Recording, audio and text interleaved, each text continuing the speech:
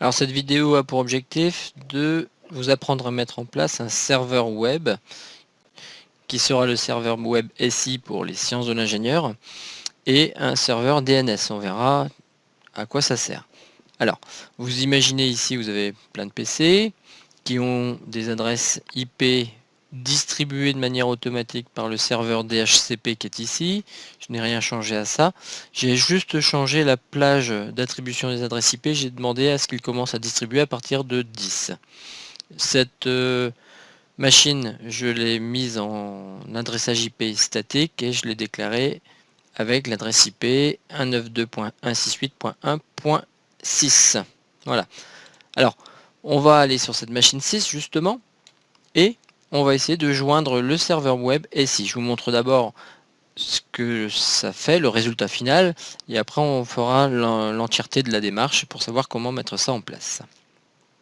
Je prends le navigateur, je tape éventuellement l'adresse IP si je la connais, donc 192.168.1.4 pour ce serveur SI, je fais entrée et j'arrive bien effectivement sur le serveur des sciences de l'ingénieur. Bienvenue sur le site des sciences de l'ingénieur. Très bien.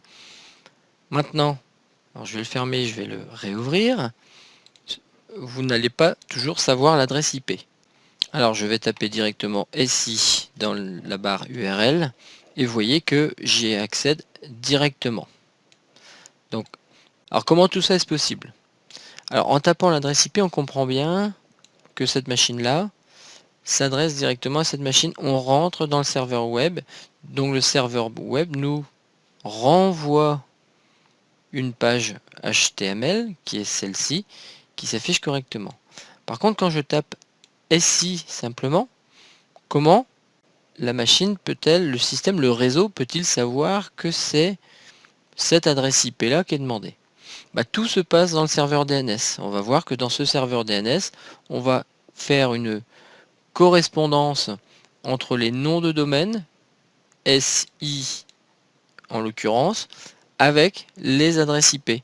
Donc finalement, quand vous tapez SI ici, le PC6 demande au serveur DNS de le router, de l'aiguiller en tout cas, vers l'adresse IP correspondant au serveur web SI.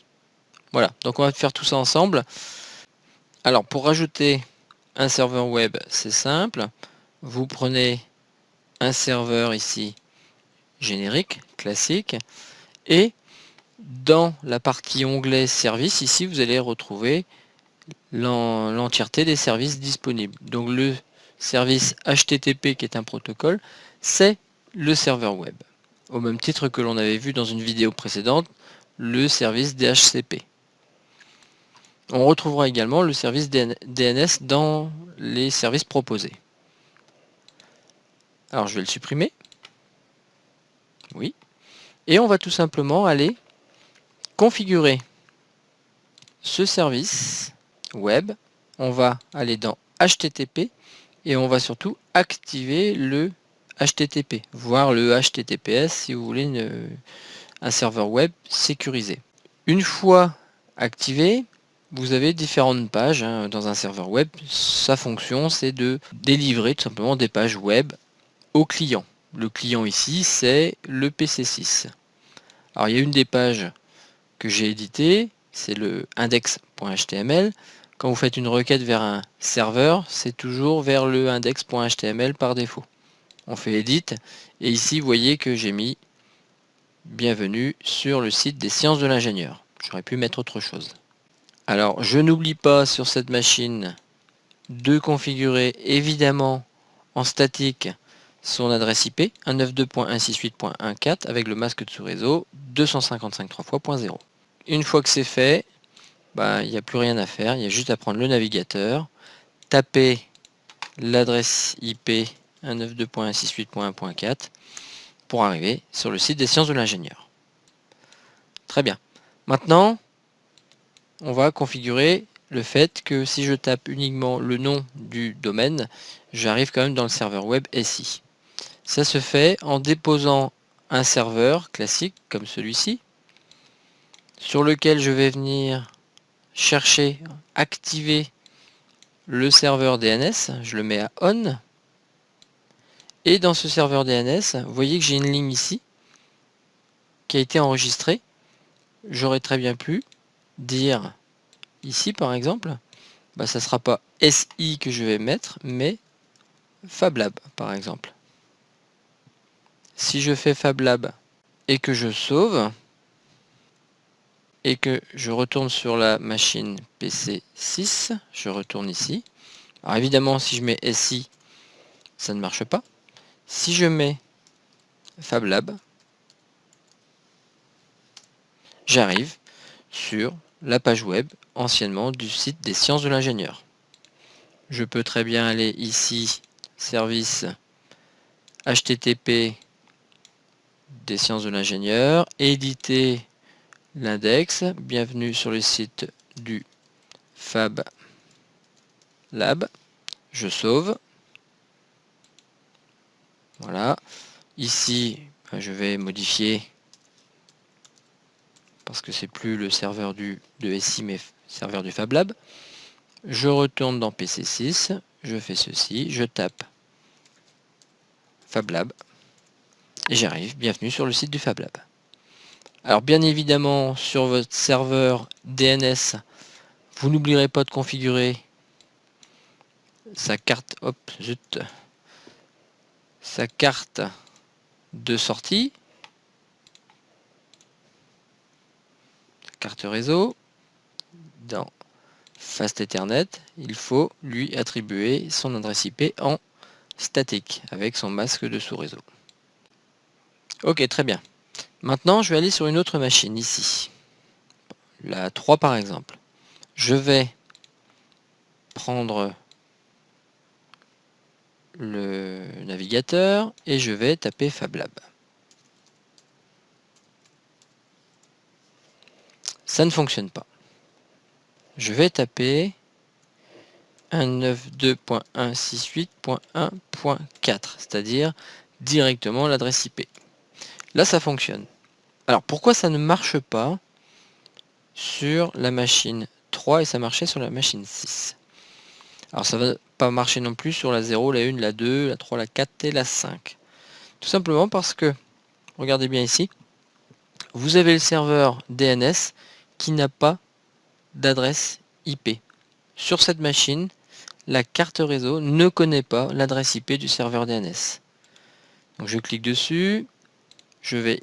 Alors soit vous allez sur la carte, enfin ici dans la partie config et sur setting, vous avez accès à serveur DNS, éventuellement si vous allez sur statique.